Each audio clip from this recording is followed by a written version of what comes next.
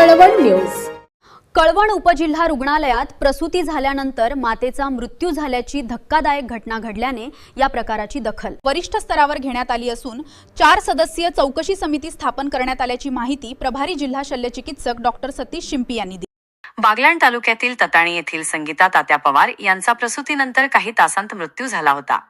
त्यानंतर महिलेच्या नातलगांनी रुग्णालय प्रशासनावर आरोप केले होते। या पार्श्वभूमीवर आज प्रभारी जिल्हा शल्यचिकित्सक डॉक्टर सतीश शिंपी यांनी उपजिल्हा रुग्णालयाला भेट देत घडलेल्या प्रकाराची माहिती घेत चौकशी केली। सर्व परिस्थितीची पाहणी करून सुधारणेसाठी आवश्यक त्या सूचना दिल्या।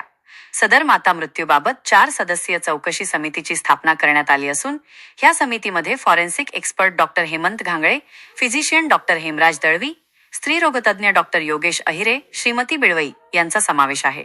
चौकशी समितीने संबंधितांचे जबाब नोंदवून घेतले असून शवविच्छेदन अहवाल आल्यानंतर पुढील कारवाई करण्यात येणार आहे।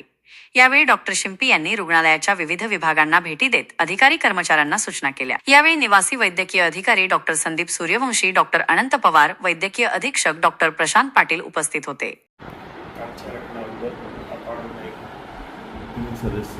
4 सदस्यीय समिती स्थापन केली। ती चौकशी करेल। चौकशी अहवाल आल्यावर आपण संबंधित अधिकाऱ्यांवर काही कारवाई करता येईल। चौकशी अहवाल आपण करतो।